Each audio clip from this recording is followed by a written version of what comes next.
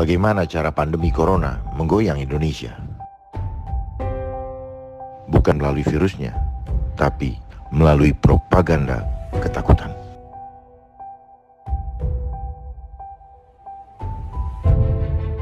Propaganda yang dilakukan adalah propaganda ketakutan. Itu berlangsung di seluruh dunia.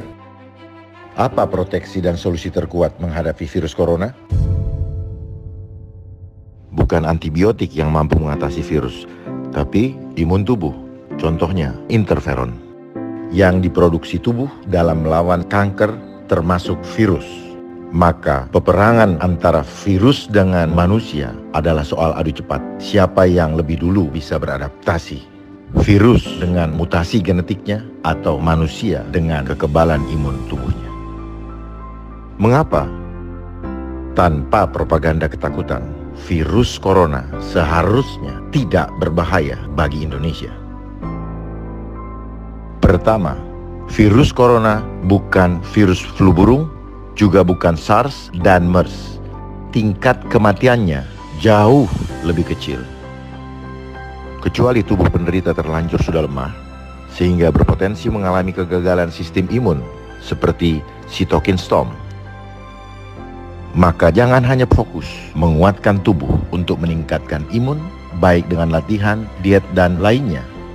Tapi juga penting terbebas dari aktivitas, diet, dan semua hal yang melemahkan imun tubuh, termasuk berita-berita dan propaganda menakutkan terkait corona. Kedua, virus corona itu tidak bisa bertahan di lingkungan bertemperatur panas seperti di Indonesia. Jadi virus itu pas melayang di udara, dia akan mati dengan sendirinya.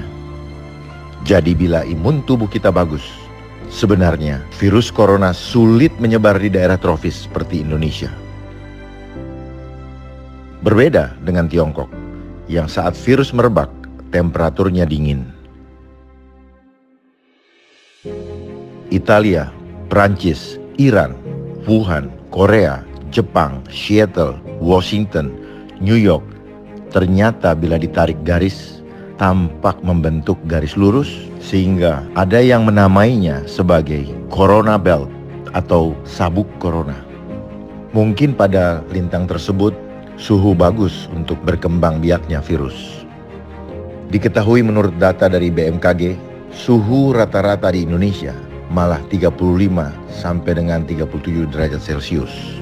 Iklim di Indonesia itu 26 sampai 30 derajat.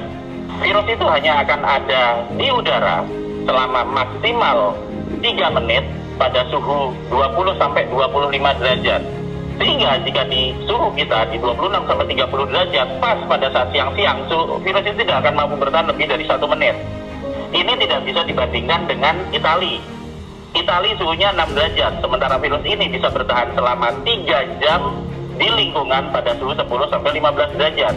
Sementara di New York kemarin 10 sampai 12 derajat, di Italia 6 derajat. Itu sebabnya korban di dua negara itu lebih banyak, karena begitu mereka keluar mereka akan terekspos. Sementara di tempat kita masih dilindungi oleh sinar matahari dan oleh suhu. Jadi harusnya Indonesia aman. Jadi sekali lagi, tanpa propaganda ketakutan, virus corona seharusnya tidak berbahaya bagi bangsa Indonesia. Ketakutan akibat terlalu banyak mendengar berita negatif dari medsos dan lain-lain, termasuk lingkungan di sekitar kita, membuat penularan virus corona menjadi semakin dahsyat. Mengapa demikian? 1. Ketakutan adalah hal yang menular, dan ketakutan mampu ditularkan dengan sangat cepat. 2. Ketakutan menghasilkan hormon stres yang melemahkan imun tubuh. Corona yang awalnya tak menimbulkan penyakit bagi yang imun tubuhnya masih kuat, sekarang leluasa merajalela karena imun tubuh masyarakat sudah dilemahkan oleh ketakutan. Saat imun tubuh turun, virus corona yang tadinya tidak mampu membuat kita sakit, sekarang jadi mampu. Karena kita sendiri yang meruntuhkan benteng pertahanan tubuh kita dengan stres. Virus corona sendiri tidak bertambah kuat. Kita sakit karena kita melemahkan diri kita sendiri. Maka untuk saat ini yang seharusnya menjadi prioritas adalah dengan cepat mensosialisasikan supaya masyarakat paham pentingnya meningkatkan imun tubuh, sekaligus menguatkan tubuh dengan mengatasi ketakutan dan depresi dengan berjemur, ditambah salam FIFA Republik Indonesia sebagai preventive medicine. Kita harus tahu bahwa virus hanya bisa dinetralkan oleh antibodi dari dalam tubuh kita sendiri. Dan antibodi itu akan diproduksi oleh tubuh kita pada saat infeksi pertama itu selama 7 hari sesudah paparan awal. Jadi kalau kena sekarang, maka kita akan dapat antibodi 7 hari sudah itu. Di hari ke-14, antibodi kita akan sangat banyak sehingga akan menetralkan virusnya.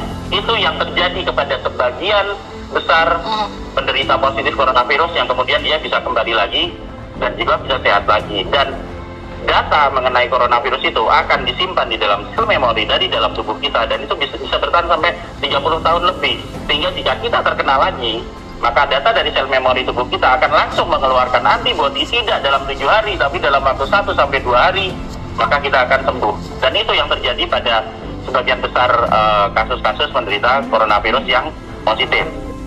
Sehingga jika kita dideteksi apakah kita mengalami didiagnosa sebagai positif, kita harus bertanya dulu, positif virus lewat PCR atau positif antibodi?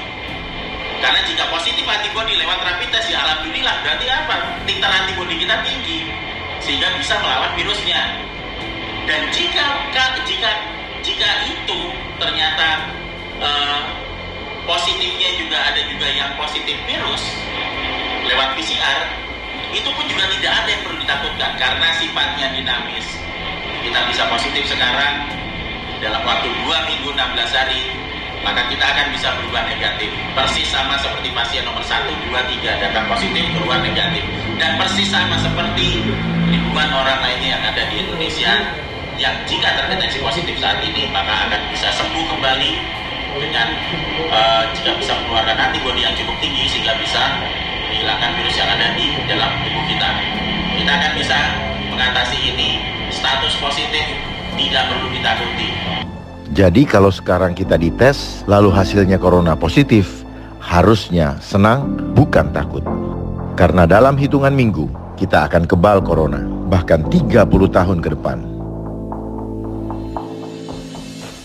Jadi kenapa harus takut corona? Jadi yang penting diketahui, kena COVID jangan kita terlalu takut. Karena 80-90% orang kena COVID, dia akan sembuh dan nantinya membentuk kekebalan tubuh ya. Sehingga nggak terkena lagi, kasus yang terkena lagi itu sangat sedikit. Tapi yang kita takutin itu orang kena COVID menjadi buruk keadaannya. Yang diduga karena terjadi reaksi kimia yang disebut cytokine storm.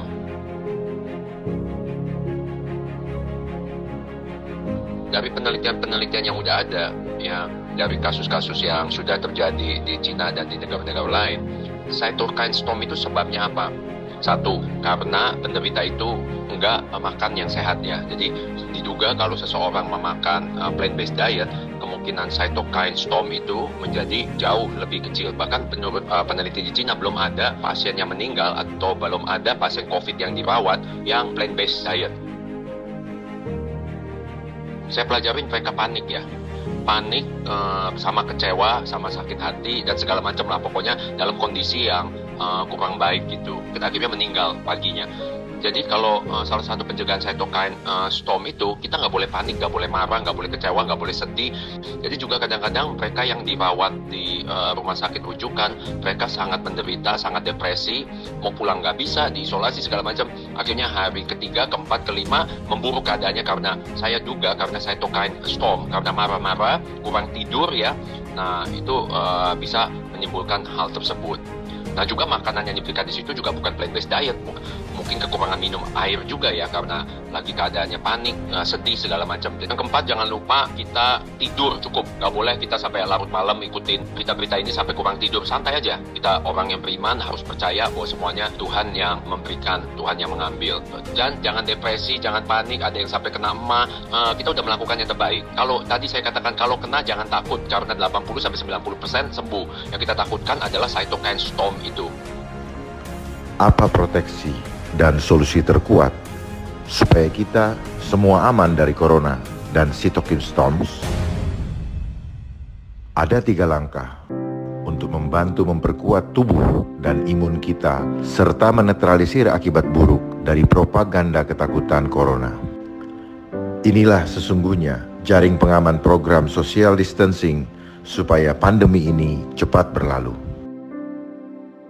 Langkah pertama, stop berita tentang corona yang melemahkan imun tubuh. Suasana hati dan pikiran kita akan membantu melindungi sistem imun tubuh kita. Hindari ketakutan akibat berita corona karena melemahkan sistem imun kita dan malah membuatnya lemah terhadap virus. Lihat berita corona, jadi ketakutan, jadi depresi, imun tubuh turun, mudah sakit, mudah kena corona. Jadi stop lihat berita corona. Jadi jauhkan diri kita dari berita tentang virus corona. Jangan terus mencari informasi tambahan di internet. Itu akan melemahkan kondisi imun tubuh kita. Hindari mengirim pesan yang melemahkan kepada orang lain, karena malah berpotensi membuat mereka jadi depresi. Jadi tidak perlu berebut stok makanan, bahkan masker. Untuk yang imun tubuhnya kurang baik, penting untuk jangan cemas dan khawatir. Yang penting, rajin latihan, perkuat imun tubuh dengan pola hidup, makan, minum, istirahat yang cukup, dan latihan jasmani yang tepat, yaitu yang nyaman buat meridian dan sel tubuh. Jadi tak perlu cemas. 1. Bila kehabisan masker, hand sanitizer atau sabun cuci tangan. 2. Bila ada keluarga yang batuk, bersin, atau pilek. Ketiga, saat ke rumah sakit ternyata kapasitas rumah sakit tak cukup. Ingat, kita masih punya proteksi terkuat, yaitu imun tubuh kita. Masker, hand sanitizer, sabun, physical distancing, dan lain-lain membantu jaga kita dari luar. Namun imun menjaga di dalam. Pertama, ajarkan kepada keluarga mengatasi dini di rumah dulu sebelum ke rumah sakit. Caranya, lindungi saluran nafas kita. Seringlah minum air putih hangat 10 menit sekali. 3 teguk sekali minum. Tujuannya untuk membilas virus bila ada ke dalam lambung. Virus musnah saat di lambung. Paru-paru jadi aman, dan bila terasa lebih nyaman, teruskan minum air putih hangat sampai keluhan hilang. Langkah kedua, hindarkan hal yang melemahkan tubuh, terutama imun kita. Pertama, jangan tidur di atas jam 10 malam. Kedua, jangan lama-lama main HP atau internet, apalagi game. 3. Pilih makanan minuman yang nyaman meridian. Contoh, minum yang hangat, jangan minum yang dingin. Hindari makan daging selama pandemi berlangsung. Makan plant-based diet. Langkah ketiga, lakukan proteksi dan solusi terkuat supaya kita semua aman dari corona dan cytokine storm. Rajinlah berjemur jam 10 pagi, ditambah salam FIFA Republik Indonesia untuk memproduksi interferon dan serotonin yang optimal. Penting, teknik salam FIFA Republik Indonesia harus tepat. Ada 3 unsur penting yang tidak boleh dikurangi dari prosedur jemur dengan salam FIFA Republik Indonesia ini. Pertama, salam FIFA Republik Indonesia. Kedua, nafas bayi. Dan ketiga, tersenyum. Apabila hanya berjemur saja tanpa salam FIFA Republik Indonesia, nafas bayi, dan tersenyum, maka manfaatnya sangatlah kecil. Bagaimana kita tahu apakah hasil jemurnya sudah optimal? Jangan lupa ukur. Bila teknik sudah tepat, hasil tes akan menunjukkan menguatnya tubuh, terutama di area pusat imun tubuh, yaitu timus. Yang hasil tes tubuhnya masih lemah, perbaiki kembali teknik salam FIFA Republik Indonesianya. Berlatihlah tiap hari selama pandemi masih berlangsung. Sebarkan cara berjemur yang tepat ini kepada keluarga kita dan semua orang yang kita kasihi, sebab solusi supaya pandemi ini cepat berlalu. Bersyukur kita di Indonesia yang sinar mataharinya berlimpah, yang bersama salam FIFA Republik Indonesia jadi salah satu hadiah terindah Tuhan Yang Maha Esa untuk mengatasi pandemi virus corona. Sebarkan hari ini juga. Ingat loh, jemur itu gratis. Salam Fifari, FIFA Republik Indonesia. Kita melawan corona. Gerakan Indonesia Jemur Pagi.